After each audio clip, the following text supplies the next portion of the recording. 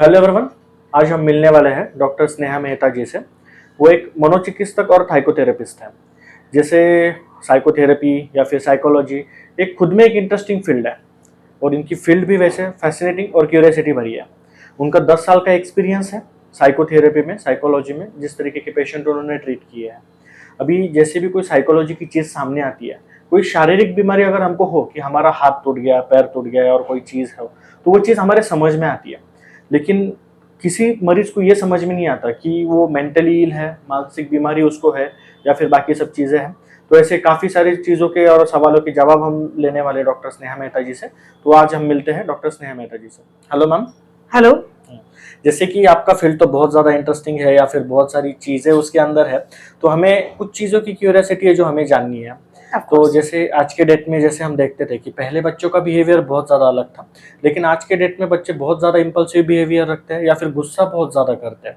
तो इसके पीछे की वजह क्या हो सकती है, आपको क्या लगता है इसके बारे में? डेफिनेटली ये मेरा भी ऑब्जर्वेशन रहा है, अपनी एक्सपीरियंस अपने 10 साल की फील्ड में, कि बच्चों में जो आज की जनरेशन में इम्पल्सिविटी है और जो पहले के बच्चों में होती थी उसमें काफी डिफरेंस है।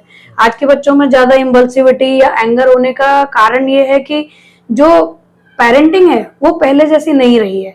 उसका कारण ये है कि दोनों पेरेंट्स के रोल्स बढ़ गए हैं, तो वो उतना टाइम अटेंशन नहीं दे पाते हैं या टेकन फॉर ग्रांटेड लेते हैं कि बच्चा तो हो ही जाएगा, या वो जो टाइम अटेंशन नहीं दे पाते उसमें वो मोबाइल गैजेट्स, इलेक्ट्रॉनिक गैजेट से रिप्लेस कर देते हैं।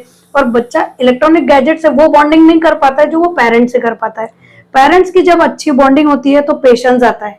उनके रोल मॉडलिंग से हम सीखते हैं कि how to have patience in life and everything will be alright, we feel secure and safe. वो मोबाइल गैजेट्स में नहीं मिलता है। इनफैक्ट मोबाइल गैजेट्स में जो स्क्रोलिंग है, नॉवेल्टी मिलती है, हर स्क्रोल पर एक नई feed that gives a enhance high and impulsivity. दूसरा है सोशल मीडिया। सोशल मीडिया में ग्लैमराइज कर देते हैं काफी जल्दी से, और सब आजकल पेरेंट्स और बच्चे एक साथ टीवी देख रहे हैं। वैसे फैमिली चैनल्स या फैमिली फिल्में नहीं होती है, एनिमल मूवी हो या बाकी चीजें, शराब पी रहे हैं, गुस्सा कर रहे हैं, एक विलन की एंट्री ज्यादा पावरफुल होती है हीरो से। तो कहीं ना कहीं माइंड में ये ऑब्जर्वेशनल लर्निंग जाती है और मेमोरी का पार्ट बन जाती है कि it is good to have anger and do violence. तो सोशल मीडिया है, कुछ जेनेटिक्स का पार्ट होता है, किसी के पेरेंट्स में, वन ऑफ द पेरेंट में काफी गुस्सा शुरुआत से रहता है, that gets inherited by them. और चौथा है can be a hidden part और a start of illness, mental illness, जो ज्यादातर लोग नहीं समझ पाते हैं, जिसमें पर्सनैलिटी डिसऑर्डर का, जैसे बॉर्डर लाइन पर्सनैलिटी में इम्पल्सिविटी देखा जाता है। दूसरा, कहीं डिप्रेशन के शिकार हो सकते हैं बच्चे। जो बच्चे 0 to 5 years या 7-8 years तक के हैं उनमें इम्पल्सिविटी अगर टेम्पररी है दैट इज नॉर्मल, क्योंकि इस तरह से ब्रेन डेवलप हो रहा है। ब्रेन इम्पल्सिवली ट्राई करता है ये क्या होता है क्या होता है, और फिर वो प्रोसेसिंग करता है। तो जब शुरुआत में टेम्पररी है 5 to 8 years चिल्ड्रन में, दैट इज नॉर्मल। बट जब कंसिस्टेंट होने लगे और ऐसे साइंस दिखने लगे जैसे कि damage of the property consistently, throwing objects, या तीसरा कि सोचना नहीं, इम्पल्सिविटी यानी सोचना नहीं और उस तरह का गुस्सा या बिहेवियर कर देना जो खुद के लिए हार्मफुल है या दूसरों के लिए, ये होना, सेल्फ हार्म होना, कट्स लगा देना या फिर थ्रेट्स देना कि हम सुसाइड कर देंगे, हमें ये चीज नहीं मिली। तो अगर there is fear of loss of something, जैसे पेरेंट्स का लॉस कि मम्मी छोड़कर जा रही है नहीं जाए, पापा छोड़कर जा रहे हैं, कई लोग हैं बाहर काम करते हैं नहीं दे पाते टाइम अटेंशन, तो फियर ऑफ लॉस होगा अगर माइंड में, तो एंगर और इम्पल्सिविटी आएगी। फियर ऑफ लॉस की, मेरे को अगर मोबाइल नहीं दिलाया तो मैं तोड़ दूंगा, मेरे को इलेक्ट्रॉनिक गैजेट नहीं दिलाया, अगर सेलिब्रिटी को मेरे बर्थडे पर नहीं बुलाया, ये सब आता है पीयर प्रेशर से। उनके ग्रुप्स में चलन है कि अच्छा इसके बर्थडे पर सेलिब्रिटी आए, मेरे यहाँ पर भी आए, तो वो रिक्वायरमेंट्स का अगर डर रहेगा कि फुलफिल ना हुई तो मेरा पीयर प्रेशर क्या सोचेगा, लोग क्या सोचेंगे, मेरे पेरेंट्स क्या सोचेंगे, टीचर्स क्या सोचेंगे, मैंने अच्छा परफॉर्म नहीं किया तो क्या होगा। तो जब फियर ऑफ लॉस होगा, पेरेंटिंग इनएडिक्वेट है, सोशल मीडिया एक्सपोजर बहुत ज्यादा है, गैजेट्स हैं, या मेंटल इलनेस के साइंस है और इग्नोर्ड है, तो इम्पल्सिविटी आती है। यही आपका फील्ड का बहुत इंटरेस्टिंग पार्ट है मैम। एक्चुअली ये बहुत सी छोटी छोटी चीज़ें हैं जिस पे हम ध्यान नहीं दे पाते, लेकिन उसमें से कुछ चीज़ें ऐसी है कि जिसे हम चेंज नहीं कर सकते, जैसे बॉलीवुड की फिल्में हो गई, सोशल मीडिया का कंटेंट हो गया। लेकिन कुछ चीज़ें अगर पेरेंट्स बच्चों के साथ मतलब रेगुलर बेसिस पे उनको टाइम दे, उनका रिलेशन हेल्दी रहे, तो कुछ चीज़ें बदल सकती है। राइट। और यही इंटरेस्टिंग चीज़ें हैं जो पेरेंट्स को समझे तो काफ़ी सारी मूवमेंट्स बदल सकती है। राइट। तो नेक्स्ट ये चीज़ मैं आपसे पूछना चाहता हूँ आए दिन हम न्यूज में या फिर पेपर में पढ़ते हैं एक 15 साल के बच्चे ने सुसाइड कर लिया। ब्लू वेल करके एक गेम आया था जिसने काफी सारे बच्चों ने उसके Right. ट्रूथ एंड डेयर के चक्कर में सुसाइड कर लिए। और ये कंटेंट काफी लोगों के साथ देखने मिलता है और जो उनका एज भी नहीं है, मतलब 15, 16, 13, 14 में बच्चों को लगता है कि नहीं हमने सुसाइड करना चाहिए। ये टेंडेंसी कहाँ से डेवलप होती है? ये बहुत कॉमन देखा गया है और इस पर भी मेंटल अवेयरनेस का, हेल्थ का, हर अक्टूबर में ईयर में मेंटल हेल्थ अवेयरनेस करके एक वीक सेलिब्रेट किया जाता है, जिसमें मेंटल हेल्थ अवेयरनेस हम थ्रू आउट तो करते ही हैं, अपने पेशेंट्स को या अपने डिजिटल प्लेटफॉर्म से देते ही हैं इन्फॉर्मेशन, बट इस वीक में और ज्यादा सुसाइड को लेकर जो है काफी ग्लोबली टेंशन है। क्योंकि जो पहले मिडिल एजेड या ओल्ड एज में देखा गया था, अब यंगस्टर्स में ज्यादा देखा जाता है सुसाइड। ये आपका ऑब्जर्वेशन राइट है। इसके 2 कारण मैं बता सकती हूँ, एक है डिप्रेशन, दूसरा है इम्पल्सिविटी, जिसके पहले बारे में हमने बात की। इम्पल्सिविटी यानी अगर मुझे पीयर प्रेशर में कुछ अपना बड़ा दिखाना है, जो लो कॉन्फिडेंस से जनरेट होता है, जो अगेन पेरेंटिंग में टाइम नहीं मिला, तो वो जो बोलते हैं ना अंदर से सेटिस्फाइड नहीं है, तो वो बाहर ढूंढते वैलिडेशन, बाहर अटेंशन ढूंढते। अब अटेंशन ढूंढने के 2 तरीके हैं, एक अच्छा एक बुरा। या तो आप अच्छा एकेडमिक्स में परफॉर्म करो, अच्छे मार्क्स लाओ, तो आपको अटेंशन मिलेगा, जो बहुत ही हार्ड वे है। तो शॉर्टकट वे क्या है, कुछ ऐसा उड़ुम धुड़ुम कर दो या ऐसा उटपटांग कर दो कि लोगों का अटेंशन जाए। तो अटेंशन के चक्कर में लोग क्या करते हैं कि उनके सामने कभी ना कभी न्यूज में फ्लैश होता है कि इसने, सेलिब्रिटी ने सुसाइड कर ली, वो उस चीज को माइंड में बिठा देते हैं। या उनके आसपास पड़ोस में किसी ने सुसाइड किया है, तो वो उनके लिए रोल मॉडल हो जाता है कि हाँ देखो मीडिया उसके बारे में छाप रही है, लोग पूछने जा रहे हैं उसके बारे में। तो जहां मुझे घर में अगर इतनी पूछताछ नहीं है या टेंशन नहीं है, तो चलो ये एक तरीका यूज करते हैं। वो करते हैं शुरुआत में एक्सपेरिमेंटल, रिक्रिएटिव पर्पस, कि हाँ देखते हैं क्या है, क्यूरियोसिटी है, but it lands up in very bad way. कई बार फुल अटेम्प्टेड सुसाइड नहीं हो पाती है, पैरालिसिस में चले जाते हैं, स्ट्रोक हो जाता है, ब्रेन हेमरेज हो जाता है, कोई ना कोई बॉडी पार्ट डैमेज हो जाता है। उसके बाद सुसाइड अगर फुल अटेम्प्ट हो गई तो उसका इम्पैक्ट पूरे फैमिली, फ्रेंड्स और सभी पर होता है। दूसरा है डिप्रेशन।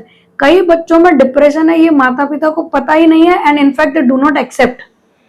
चिल्ड्रन के आजकल टीचर्स भी अवेयर होते हैं, वो बोलते हैं पेरेंटिंग मीटिंग में कि आपका बच्चा थोड़ा दिक्कत में दिख रहा है। अगर आपको साइंस दिखाई देते हैं कि सडन चेंज इन बिहेवियर है बच्चे का, या कुछ वो नोट लिख रहा है, या वो कुछ अलग बिहेव कर रहा है, थोड़ा सीक्रेटिव बिहेव कर रहा है, तो आप समझे ये पोटेंशियल साइंस है कि ही माइट और she might do a suicide और सेल्फ हार्म। तो ये चीजें जब आपको ध्यान में आती है, तुरंत आपने मेंटल हेल्थ एक्सपर्ट को कंफर्म कराना है, चाहे वो इम्पल्सिविटी के लिए हो, डिप्रेशन के लिए हो, या ऐसा सीक्रेटिव बिहेवियर है। ये कब होगा, जब आपका ध्यान है बच्चे पर कि मेरा बच्चा यूजुअली रूटीन ऐसा बिहेव करता है, अब ये कुछ तो अलग है। आप उससे बात कीजिए, कनेक्ट कीजिए, कम्युनिकेट कीजिए, उसे काम डाउन कीजिए, नॉन जजमेंटल टाइप दीजिए। आपके पास है 10-15 मिनट और 10-15 मिनट में ही वो सब बोल दे, ऐसा नहीं है। You need to have time, patience, non judgmental, कि ठीक है मेरा बच्चा परफॉर्म नहीं कर रहा, ठीक है फेलियर को वो कैसे कर रहा है एडजस्ट, उसको मार्क्स अच्छे नहीं है इस बार, वो कैसा फील कर रहा है, उसके इमोशंस को वैलिडेट करें, फिर मेंटल हेल्थ एक्सपर्ट की सलाह ले। इससे उसको अच्छा फायदा होगा और आगे वो सुसाइड नहीं करेगा। अभी जैसे आपने बताया, काफी इंपॉर्टेंट बात है ये कि आजकल के पेरेंट्स एक तो बच्चों को टाइम दे नहीं पाते हैं, उनका पेरेंटिंग प्रॉपर नहीं है, बोल सके क्योंकि उतना टाइम ही नहीं है। पहले जो हमारे एज में हुआ करता था कि मम्मी पापा हर चीज के लिए पीछे लगते थे, नाना नानी होते थे, बहुत सी चीजें होती थी। आज बच्चों के पास वो है नहीं, और फिर पेरेंटिंग भी उनका प्रॉपर नहीं हो पा रहा है। और ऐसे सिचुएशन में और एक चीज है कि कई पेरेंट्स को समझ में भी आता है कि बिहेवियर में चेंज है, लेकिन वो एक्सेप्ट नहीं करते कि मेरे बच्चों को मेंटल इलनेस हो सकती है, या फिर साइकोथेरेपिस्ट के पास लेके जाना उनको एक अलग ही टाइप लगता है। तो ये सब चीज़ों की वजह से ये सब चीज़ें तो होती रहेगी, लेकिन पेरेंट्स भी वन बाय वन अगर डेली बेसिस पे अपने आप को कुछ ग्रूम करे तो चीज़ें बदलेंगी। तीसरा सवाल जो मेरा था आपसे वो ये था, लगभग उसके जवाब मेरे पहले 2 सवाल में मिल गए हैं, लेकिन फिर भी मैं आपको पूछता हूँ।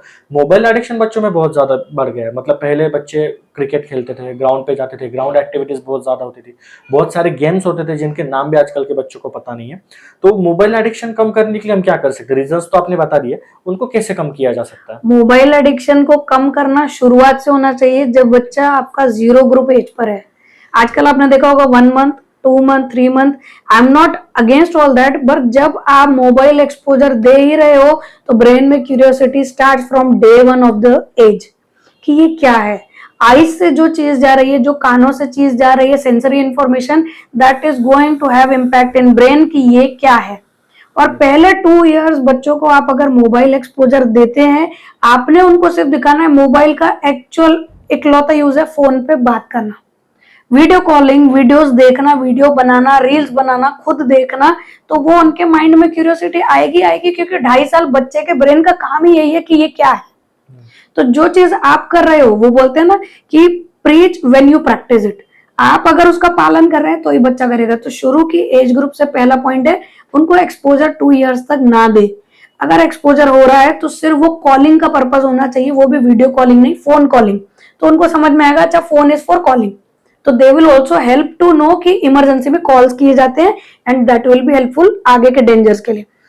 सेकेंड पॉइंट है कि वो जो सोशल मीडिया का उनके सामने हम करते हैं by the virtue of TV या कुछ भी, तो उसमें देखो यूज सब मोबाइल यूज कर रहे हैं, रील बना रहे हैं, वो एक्सपोजर नहीं चाहिए।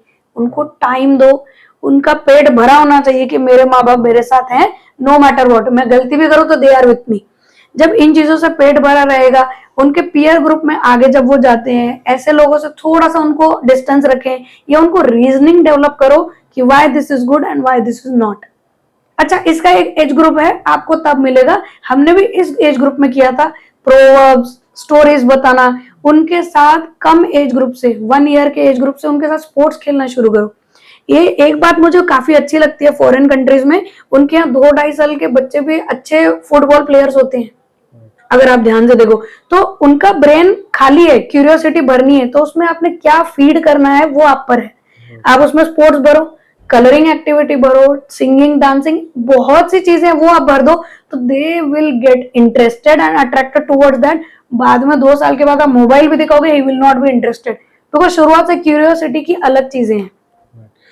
जैसे इन सब चीज़ों में पेरेंटिंग बहुत ज़्यादा इंपॉर्टेंट रोल प्ले करता है, लेकिन पेरेंट्स के पास भी ये सब चीज़ें जो आती है, या फिर जो पेरेंट्स ऐसा बिहेव करते हैं, तो हर कोई मतलब जानबूझ के ऐसा बिहेव नहीं करता है। जैसे हम जानते हैं कि आज के डेट में लाइफ की ज़रूरतें बहुत ज़्यादा बढ़ गई है, लाइफस्टाइल बहुत हाई स्टैंडर्ड हो गया है, नॉर्मल लेवल पे भी हमारे लाइफ में बहुत ज़्यादा स्ट्रेस लेवल रहता है, लेकिन ये स्ट्रेस लेवल के बाद जो हमें सिम्टम्स दिखते हैं उसको हम एक रूटीन पार्ट कंसिडर कर लेते हैं।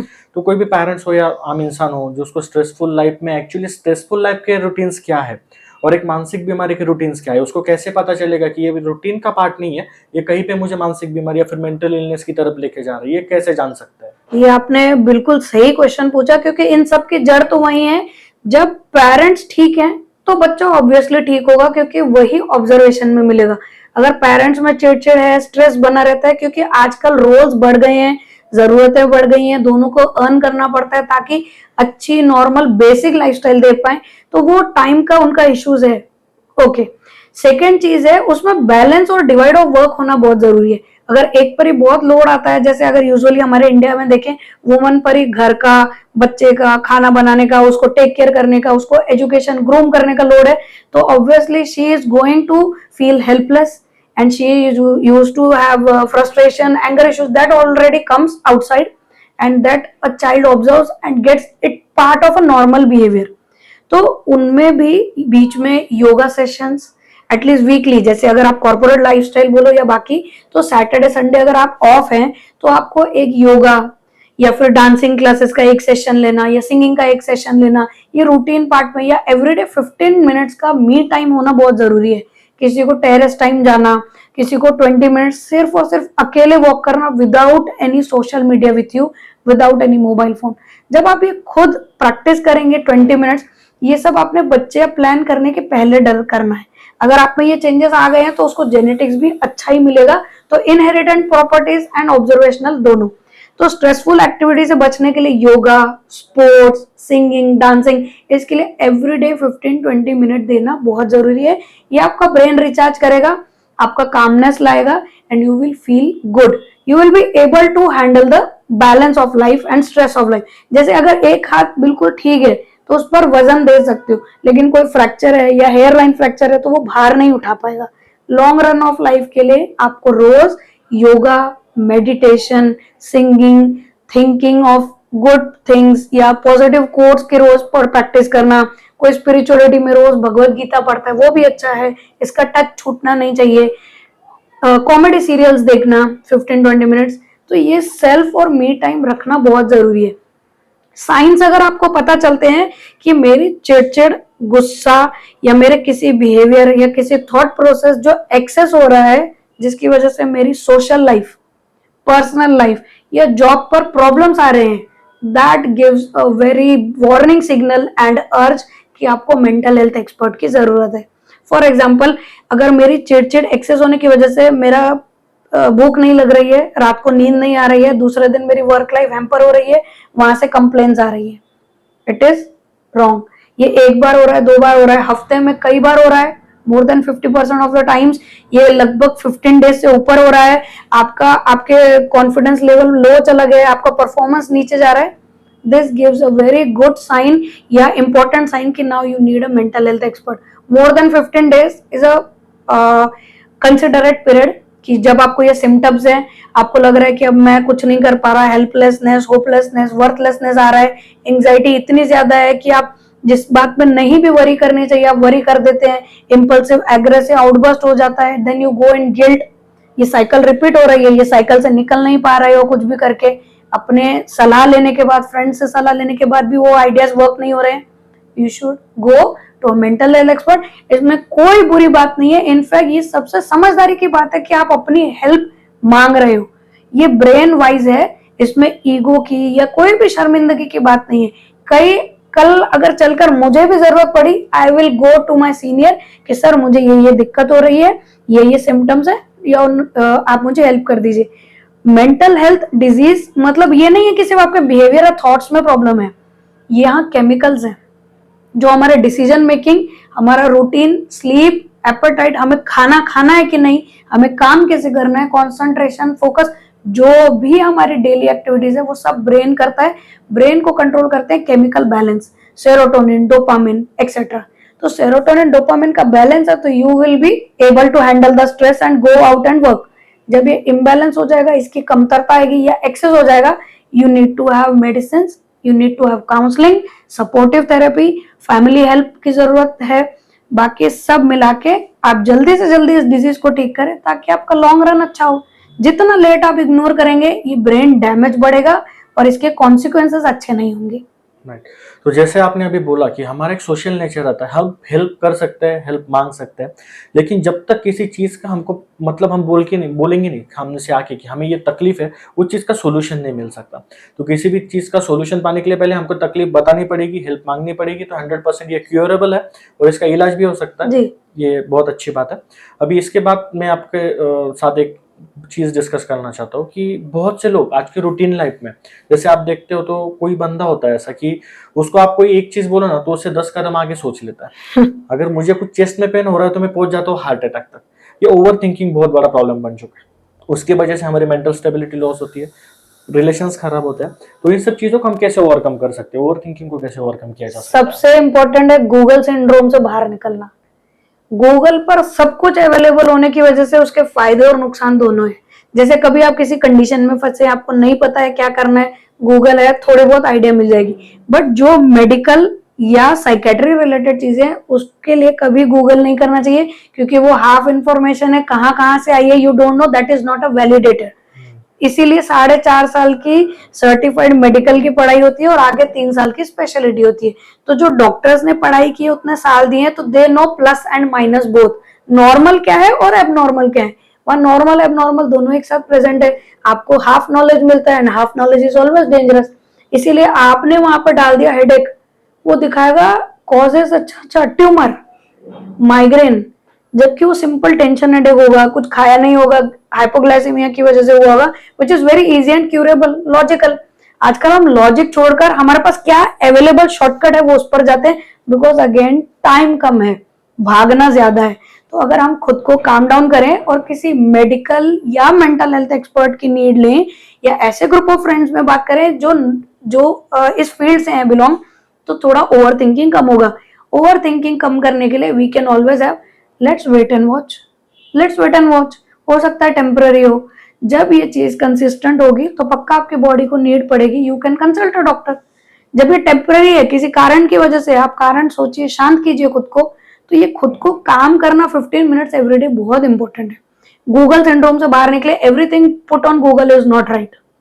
तो सबसे बड़ी बात इसमें हम ये कह सकते हैं कि खुद डॉक्टर बनने से अच्छा है कि आप किसी डॉक्टर की सलाह लीजिए, एग्जैक्टली क्योंकि उन्होंने अपने लाइफ के 7 साढ़े 7 साल दिए इस चीज को Yes. समझने के लिए, परखने के लिए और उसका इलाज करने के लिए। जी। तो एंड ऑफ द टॉपिक यही रहेगा कि खुद डॉक्टर बनने से अच्छा है कि आप डॉक्टर की सलाह लो, और उसमें कोई बुरी बात नहीं है। हाँ, Right? आप अपने डॉक्टर से जितने चाहे सवाल पूछ सकते हैं। ये जो नोशन हमारे माइंड में जाता है कि डॉक्टर गुस्सा हो जाएंगे सवाल पूछने से, ऐसा नहीं है। आज तो हम लोग जितना अवेयरनेस बढ़ाएं उसमें क्या 50% बीमारी ठीक हो जाती है। तो प्रिकॉशंस यही हैं कि आप किसी एक्सपर्ट की सलाह लो जो उस फील्ड में मास्टर हो, ना कि गूगल पर who only throws a little light on information which is not always right. तो thank you so much ma'am, आपने जो अपना इंपॉर्टेंट टाइम दिया, काफ़ी सारी चीज़ें हमको यहाँ से पता चली। जो स्टार्टिंग में मैंने आपको बोला था कि आपकी फील्ड इंटरेस्टिंग है, एक्चुअली उससे ज़्यादा कॉम्प्लिकेटेड है लेकिन हम आपसे फिर एक बार जुड़ेंगे और सवालों के साथ। Thank you so much ma'am. Thank you so much, my pleasure.